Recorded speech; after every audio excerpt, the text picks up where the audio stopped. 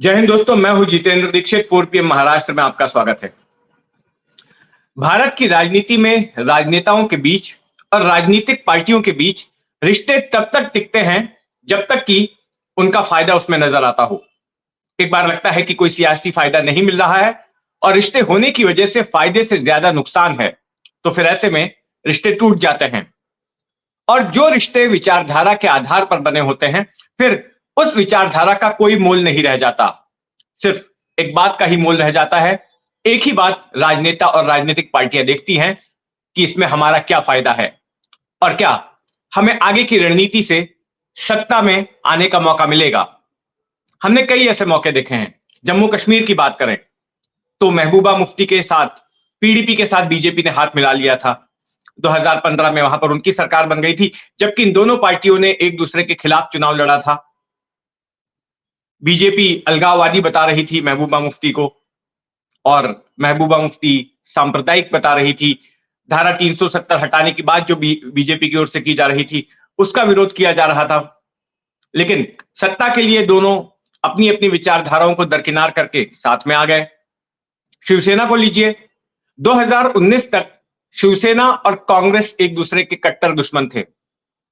बाला साहब ठाकरे अपनी सभाओं में सरेआम शरद पवार को गंदी गंदी गालियां देते थे, उनकी निंदा करते थे, उन्हें भ्रष्टाचारी बताते थे, उन्हें अपराधी बताते थे। लेकिन उसके बाद जब उन्होंने एनसीपी बनाई, तब भी ये दुश्मनी बरकरार रही। साल 1999 में कांग्रेस से हटकर जब अलग से पार्टी बनाई शरद पवार ने, तो भी ये दुश्मनी बरकरार रही, राजनीतिक प्रतिद्वंदिता बरकरार रही। हालांकि निजी तौर पर तो दोनों दोस्त थे। और उसी एनसीपी और कांग्रेस पार्टी के साथ में शिवसेना ने 2019 में हाथ मिला लिया। क्यों? क्योंकि शिवसेना को मुख्यमंत्री पद चाहिए था। तो ऐसे में सालों पुरानी दुश्मनी एक और हो गई, विचारधारा एक तरफ हो गई।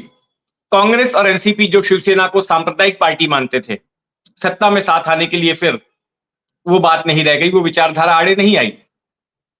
शिवसेना फर्जी सेकुलरवादी कहती थी कांग्रेस और एनसीपी को, लेकिन शिवसेना को भी कोई परहेज नहीं था।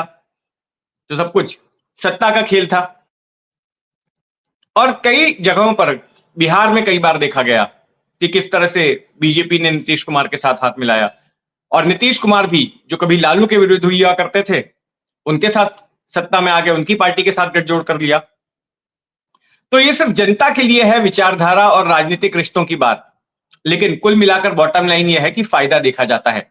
और यही देखा गया हाल ही में महाराष्ट्र में, जब मिलिंद देवड़ा, जो कि कांग्रेस से सांसद रह चुके हैं, कांग्रेस पार्टी के मुंबई में एक दिग्गज नेता हैं और जिनके परिवार का कांग्रेस से 50 सालों से ज्यादा का नाता रहा है, उन मिलिंद देवड़ा ने कांग्रेस को छोड़ दिया और अब शिवसेना के साथ आ गए, एकनाथ शिंदे वाली शिवसेना के साथ। क्यों साथ में आ गए? क्योंकि कांग्रेस में रहते हुए उन्हें अपने सियासी करियर का भविष्य नहीं दिखाई दे रहा था। और वो इसलिए नहीं दिखाई दे रहा था क्योंकि महाविकास आघाड़ी में जो तीनों घटक दल हैं, उनके बीच जो सीट शेयरिंग हो रही थी, सीटों का जो बंटवारा हो रहा था, तो उस बंटवारे में जो दक्षिण मुंबई की सीट है, वो कांग्रेस के खाते में नहीं आ रही थी। और यही बात मिलिंद देवड़ा को अखर गई, क्योंकि वे 2 बार इस सीट से सांसद रह चुके थे, 2004 में और 2009 में। उनके पिता मुरली देवड़ा 5 बार उस सीट से सांसद रह चुके थे, 1980 से चुनाव लड़ रहे थे। और इस वजह से मिलिंद देवड़ा का कहना था कि पारंपरिक तौर पर एक सीट, ये तो पहली बात कांग्रेस की थी और दूसरी बात कि देवड़ा परिवार से जुड़ी हुई थी। लेकिन शिवसेना ठाकरे गुट के दबाव के चलते कांग्रेस ने यह सीट छोड़ दी और इसके बाद मिलिंद देवड़ा नाराज हो गए। अगर कांग्रेस ये सीट ना छोड़ती तो फिर मिलिंद देवड़ा भी कांग्रेस में बने रहते और उन्हें दक्षिण मुंबई से टिकट मिल जाता। लेकिन उन्हें लगा कि अब जब चुनाव लड़ने का मौका ही नहीं मिलेगा, तो फिर ऐसी पार्टी में रुकने का क्या फायदा। और फिर इन्होंने शिंदे सेना के साथ हाथ मिला लिया। और ना केवल शिंदे सेना के साथ खुद हाथ मिला लिया, बल्कि जो 10 पूर्व पार्षद थे, नगर सेवक और कई अलग अलग संगठन जो इनके साथ जुड़े हुए थे, वे सभी भी शामिल हो गए शिंदे सेना में। तो जाहिर है इससे कांग्रेस को बड़ा झटका तो लगा ही, लेकिन इसके साथ साथ शिंदे सेना का फायदा हुआ है। अब जो महायुति है बीजेपी, शिंदे सेना और अजीत पवार वाली एनसीपी की, उसकी ओर से दावा किया जा रहा है कि अगले 15 दिनों में महाराष्ट्र में और एक बड़ा भूकंप आने वाला है। गिरीश महाजन, जो कि मौजूदा सरकार में मंत्री हैं, बीजेपी से आते हैं, उन्होंने दावा किया कि अगले 15 दिनों के भीतर एक और भूकंप आएगा। और उनका यह कहना है कि महाविकास आघाड़ी के जो घटक दल हैं, उनके नेता अपनी अपनी पार्टियों से संतुष्ट नहीं हैं। तो कुल मिलाकर वो ये इशारा कर रहे हैं कि इन तीनों ही घटक दलों से कुछ और भी नेता शामिल हो सकते हैं महायुति में, या तो बीजेपी में, या फिर शिंदे सेना में, या फिर अजीत पवार वाली एनसीपी में। अब वो कौन से नाम हो सकते हैं? कुछ नामों की चर्चा सियासी गलियारों में बीते चंद दिनों से हो रही है। एक नाम है अशोक चौहान का, महाराष्ट्र के पूर्व मुख्यमंत्री हैं, कांग्रेस के दिग्गज नेता हैं, नांदेड़ से आते हैं।